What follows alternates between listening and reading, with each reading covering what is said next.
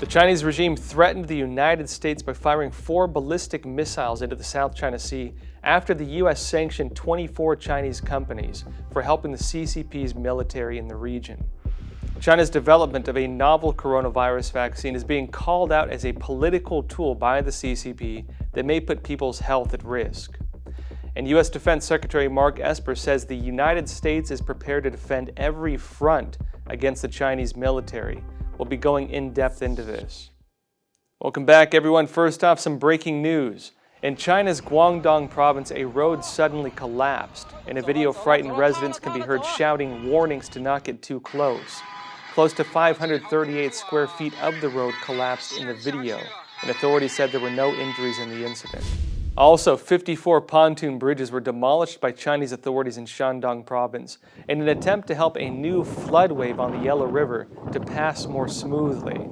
Along the middle and lower reaches of the river, which is the second largest in China, disaster emergency response teams have been deployed to anticipate damage from the 6th back-to-back flood this season on that river.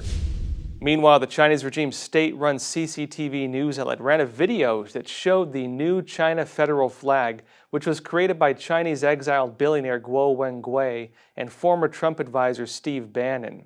The flag was shown on Guo's yacht. Now, the CCP is extremely sensitive on political symbols like this, including national flags. It suppresses, for example, Tibet's Snow Mountain Lion flag, Taiwan's blue sky, white sun, red flag, and others as well. Chinese citizens speculated that the broadcast on CCTV showing the new China federal flag was not an accident. The flag was unveiled previously by Guo Wengui on the morning of June 4th for the 31st anniversary of the Tiananmen Square massacre, during his new China Federation Declaration ceremony. Chinese soccer star Hao Haidong read the declaration in Chinese through the live broadcast and recounted as well the tyranny of the CCP after its establishment in China. They announced at that event the establishment of the new China Federation, which is their proposal for a new government of China after the fall of the CCP. News of this quickly resonated among Chinese people and made the CCP extremely nervous. Hao Haidong's Weibo account in China, with nearly 7.7 million followers, was immediately blocked by the CCP, and related comments on it were also censored. And in related news to this, Chinese civil rights activist Chen Guangcheng also called for an end to the CCP's aggression and also praised Trump's strong stance on the regime. This was during a speech at the Republican National Convention on Wednesday. Let's have a look at a clip of this now. When I spoke out against China's one-child policy and other injustices, I was prosecuted, beaten, sent to prison, and put under house arrest by the Chinese Communist Party, the CCP. In April 2012, I escaped and was given shelter in the American Embassy in Beijing. I'm forever grateful to the American people for welcoming me and my family to the United States, where we are now free. The CCP is an enemy of humanity. It is terrorizing its own people, and it is threatening the well-being of the world. In China, expressing beliefs or ideas not approved by the CCP, religion, democracy, human rights can lead to prison. The nation lives under mass surveillance and censorship. The U.S. must use its values of freedom, democracy, and the rule of law to gather a coalition of other democracies to stop CCP's aggression. Also on August 25th, an American protester in front of the Chinese consulate in New York took the CCP flag from outside the consulate gate and tore it while saying it belongs in a trash can. He also accused the regime of having caused the CCP virus pandemic. And the Trump administration may also be accusing the CCP of committing genocide for its persecution of Muslim Uyghurs. This is according to Politico, which cited an unnamed source in the Trump administration.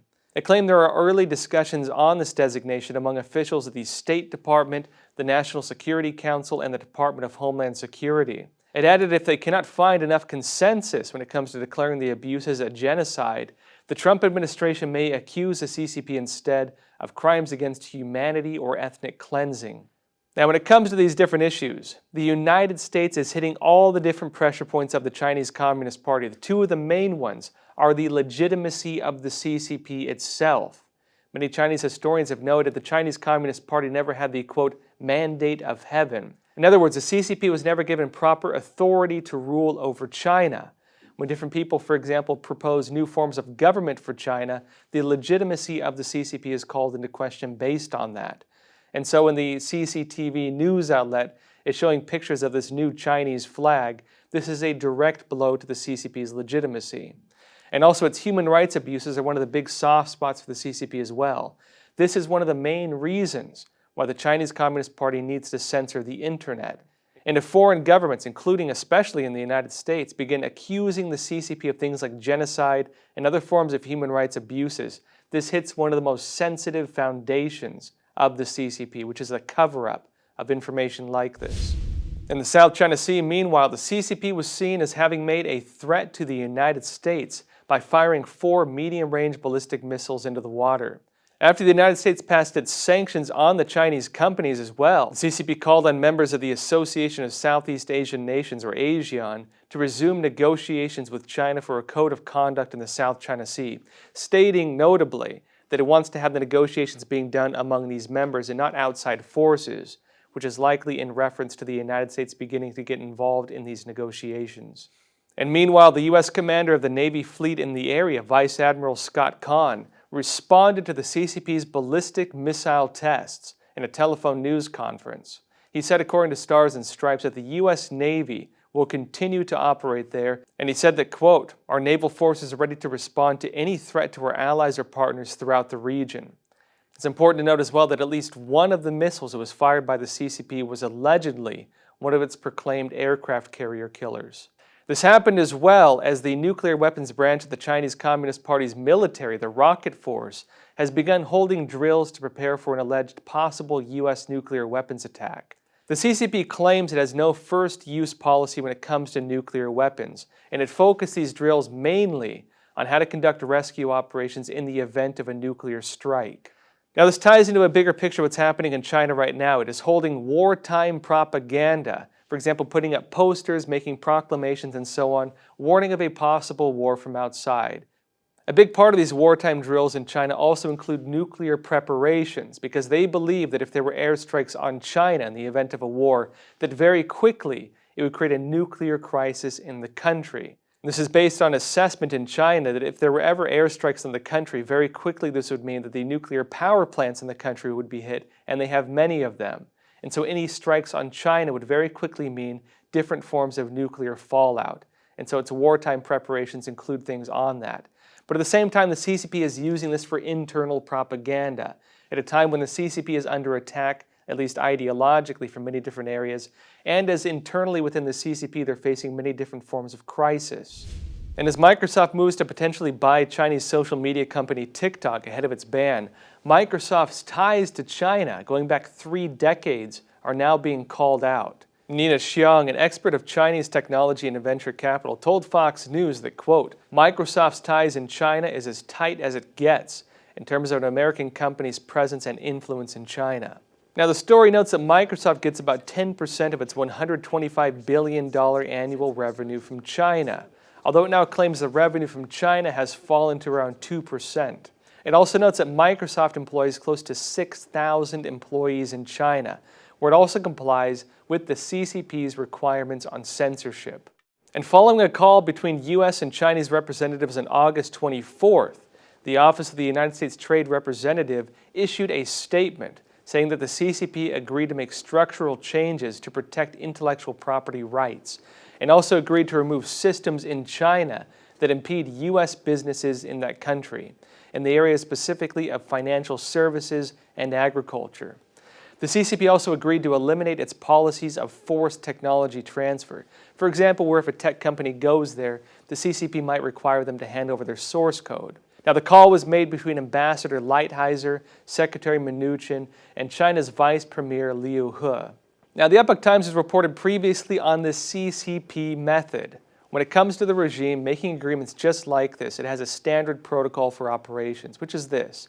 As soon as it signs the paper, it begins to violate the agreements. It uses agreements like this as inroads. And when it comes to, say, different administrations working with the CCP and making agreements like this, the analysis of the Communist Party is this. How long will it take these different companies and different administrations to go and do, say, analysis on whether the CCP is compliant with the agreements? You're looking at review processes that might take years. And even after the review process is done, the response to it might also take years. As far as the CCP is concerned, it can start violating agreements like this right away and not face repercussions of it for at least a few years. And when it comes to presidential administrations, for the Chinese Communist Party, that might mean a different leader is in place. And so again, be wary of things like this because the CCP's common practice is to begin violating agreements like this immediately.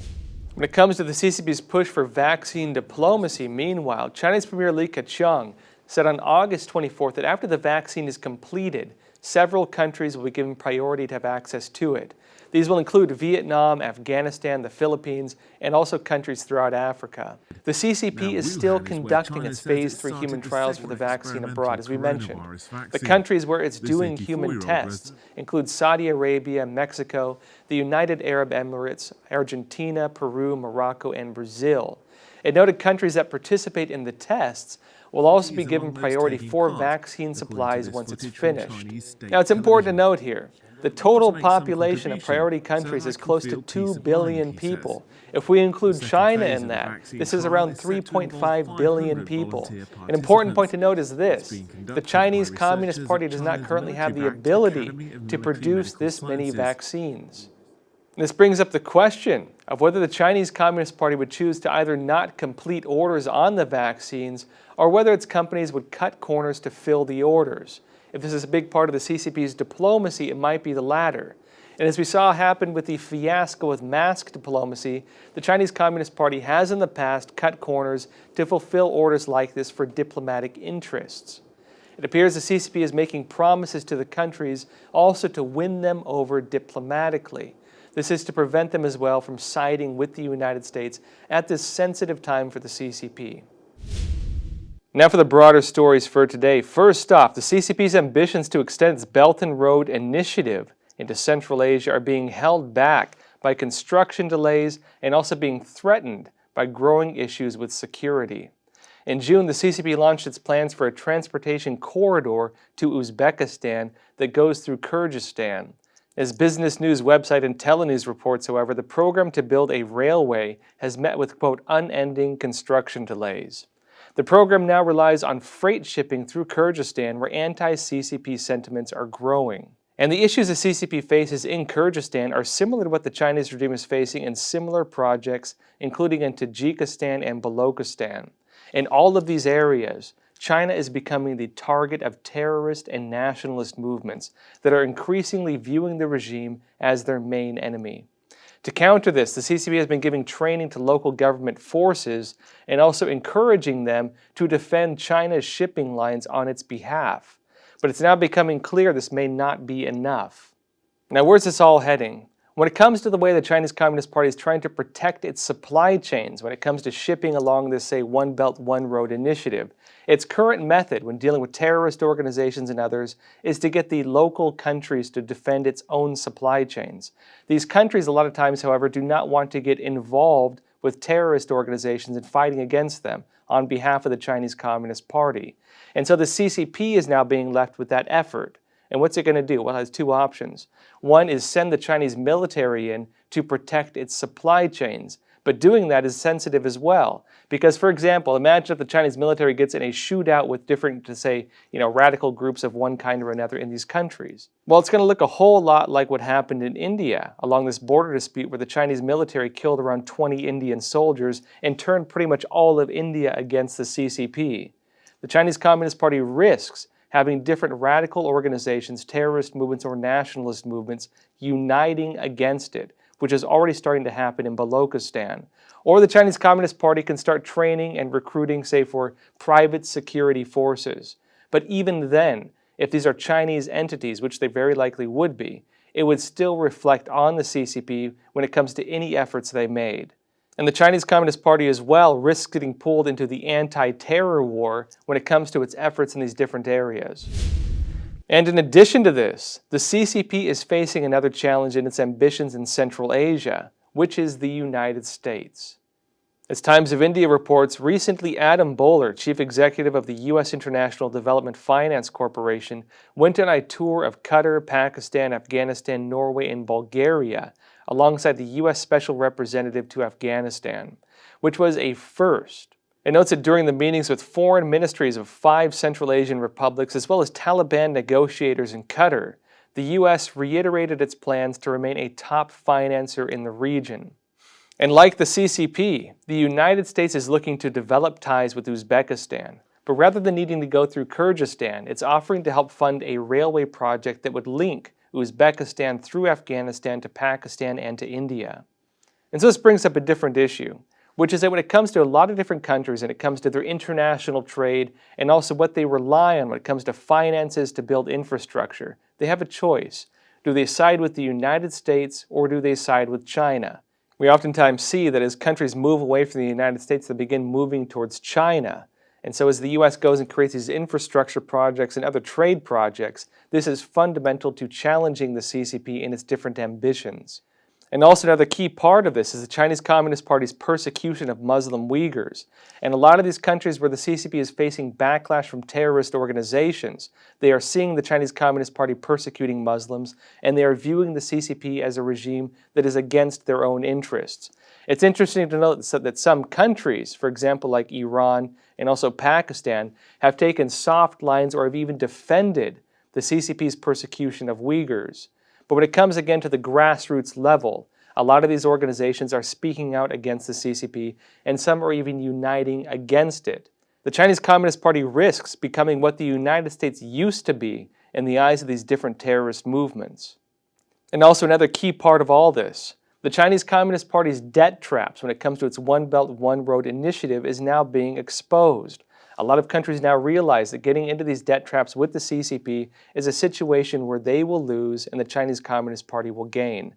They understand now by looking at the example in other countries or through their own experiences that when they default on these loans that they cannot pay back typically through normal means, it means the Chinese Communist Party gains control over the local infrastructure, and they risk over time essentially being subjugated by the Chinese Communist Party. Many of these countries have seen that happen. There's been a lot of backlash in these countries, and they're beginning to cut ties with the CCP on these programs already. As that happens, again, what's going to happen? They're going to lean towards the United States very likely if the U.S. is planning different infrastructure projects in those countries. Meanwhile, the CCP is pushing forward with its programs for vaccine diplomacy, but by rushing through with its novel coronavirus vaccine through the approval processes, there are concerns about its safety and also whether it can actually protect people. Already, however, the Chinese regime is promising early access to the Philippines for the vaccine and has made deals to send it to other countries including Pakistan, Indonesia, and Brazil.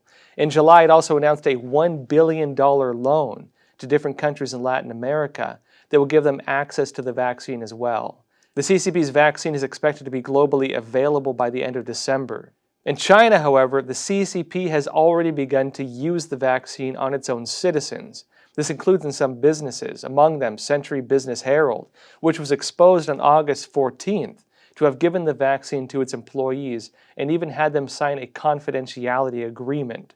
The $145 cost for the vaccine was covered by the company per person.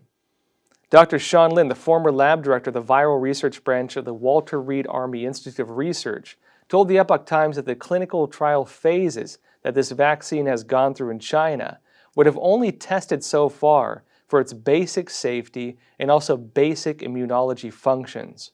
The third phase would be the one to test whether the vaccine actually protects against the virus. He said this, quote, "The third phase has not started yet, and they just pushed forward the vaccine. This is, of course, irresponsible. To put it bluntly, this is treating human lives as if they are worth nothing." So what are we seeing here? The Chinese Communist Party is using vaccine diplomacy in very much the same way that it used, say, mask diplomacy and PPE diplomacy. Again, this protective gear for the virus. The Chinese Communist Party risks facing the same backlash that it did with PPE when it comes to the vaccine, because if the vaccine doesn't work, if countries pay a lot of money, billions of dollars possibly, to buy the CCP's vaccine or take loans from the CCP to pay for that vaccine, and they see the vaccine doesn't work, this could cause large-scale backlash against the CCP. Or even worse, for example, if the vaccine is found to have an opposite effect, if the vaccine is found to harm the local populations, this will have an even larger backfire against the CCP. And the Chinese Communist Party again is pushing forward with handing out this vaccine before it has proven that the vaccine actually works, which would be the third level of the clinical trials. Meanwhile, U.S. Defense Secretary Mark Esper published an opinion piece in the Wall Street Journal stating that the Pentagon is prepared for threats from the Chinese military and that the United States and its allies are, quote, ready to defend every front. He emphasized the Chinese military, the People's Liberation Army, isn't like the U.S. military, which serves the nation and is sworn to protect the Constitution.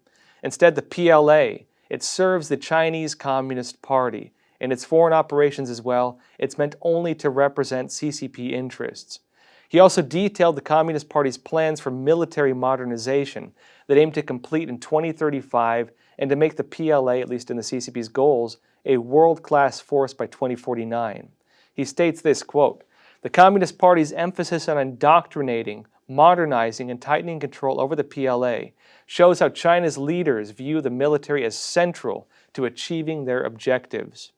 And he notes among the CCP's objectives is to reshape the international order and to also use force to coerce other countries. Yet facing the PLA and the CCP's ambitions with it, Esper notes that, quote, "These actions from China have spurred the U.S. Department of Defense to mount a comprehensive response and to accelerate our implementation of the National Defense Strategy." He details throughout the article how the United States is preparing to overcome any threats from the CCP, including through defense alliances with other countries, programs to help improve the militaries of U.S. allies, and with initiatives to help other countries stand up against the CCP. He states this, quote, "Unlike Communist China, the U.S. stands for a free and open global system, where all nations can prosper in accordance with shared values and long-standing rules and norms." And he adds that unlike the U.S. military and the militaries of U.S. allies, quote, "the PLA is a loyal tool of the Communist Party." In the open letter, he urges all countries to examine and consider curtailing their relationships with the PLA and to make sure they're not helping in the CCP with its, quote, "malign agenda towards our collective detriment." And so what are we seeing here? The United States is talking about forming international alliances, and it's warning countries and urging them to break ties with the PLA. He is warning different countries about the CCP's goals with its military. And this takes place as well as different countries around the world are starting to become more hostile towards the CCP. And as countries that previously were pretty, say, neutral, like India, for example, are beginning to take a hardline stance against the Chinese Communist Party. And as that begins to happen, the momentum of this could very likely flip other countries as well, especially as the CCP becomes more aggressive, which they have been. Meanwhile, the Democratic Party platform had an interesting change in its policies on Taiwan. Now, as Washington Times noted, in 2016, going back, the DNC's platform stated it was, quote, "committed to a one China policy." The one China policy, again, is a CCP's statement claiming that it owns Taiwan. Again, one China, as they say. In the new DNC platform, however, this has been changed. They've removed the mention of the one China policy. Everything else is basically the same, though. It states still that they support the Taiwan Relations Act that was in 1979, under which the United States would defend Taiwan from an attack by the CCP. And it states that Democrats, quote, will continue to support a peaceful resolution of cross-strait issues consistent with the wishes and best interests of the people of Taiwan. Now, the CCP criticized these changes. Its foreign ministry spokesperson, Zhao Lijian, said that Taiwan is the most important and sensitive issue between China and the U.S. Meanwhile, the CCP is taking a militant stance in its stated ambitions to seize Taiwan. Its state-run news outlet Global Times is now reporting that the United States is getting more involved in Taiwanese politics and said that a, quote, peaceful reunification is unlikely. Again, peaceful reunification, in their own words, is the phrase they use of taking Taiwan through non-military means. They're saying that's now unlikely. It interviews former Deputy Secretary General of Taiwan's Kuomintang Party, Tsai Cheng-yuan, who claims that if the CCP, quote, decides to deal with the Taiwan question with the armed forces, it will resolve quickly. And if there were a conflict with Taiwan and the United States over this, he said, quote, the PLA would not allow the failure of a first battle. And so what's happening right now? The Chinese Communist Party ended Hong Kong's agreement on autonomy. It took the country, essentially used its own laws, and said you now have to follow the CCP's laws. That effectively ended the agreement the CCP had with Hong Kong. And Taiwan is seeing that, and they believe that they could be next. And the Chinese Communist Party, in its own military doctrine and public statements, has been saying Taiwan could be next. The Chinese Communist Party is talking about taking it by force.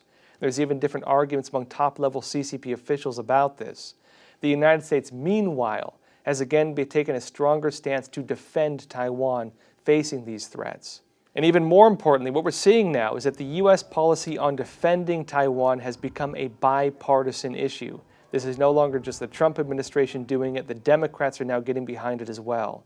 The United States now has a strong policy on both sides of the aisle to defend Taiwan were the CCP to try to take it by force.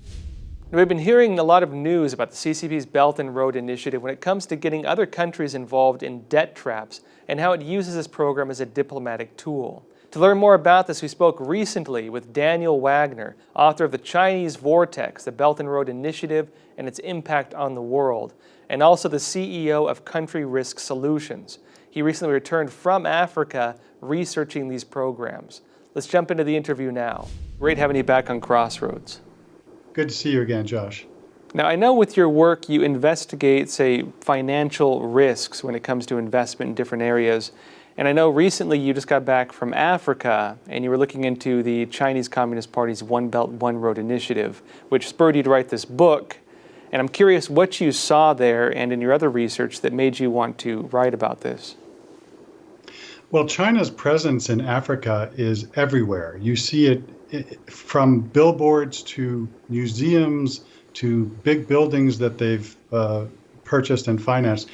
But more to the point, I mean, one of the things that really spurred me to write this book is that it's so evident to me, and I think it's evident to people like you, that the BRI is not what it was supposed to be. It was launched in 2013. It was supposed to be, peace and harmony and not interfering in other countries' affairs, and it just didn't turn out to be that way.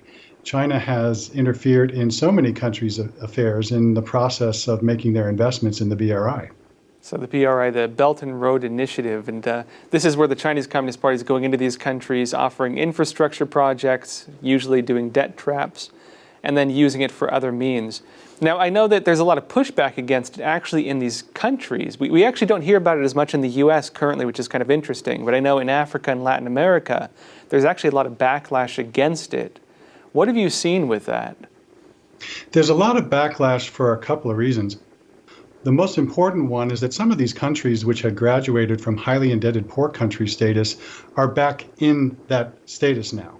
They're heavily indebted to China as a result of accepting tens of billions of dollars of loans, which both China and the host countries knew they could never repay. Now, we'll be showing the extended version of this interview on Patreon for our supporters there, so please join us on Patreon. With that said, folks, again, we're broadcasting 5 days a week, Monday through Friday. And also, if you want to support us, please join us on Patreon. You can find the link in the description below. If you haven't already, also, please don't forget to like and subscribe. It really helps this channel grow. And if you want to go the extra mile, please tell a friend or family member about Crossroads. We really appreciate the support. With that said, please take care of yourselves, stay healthy, and stay free.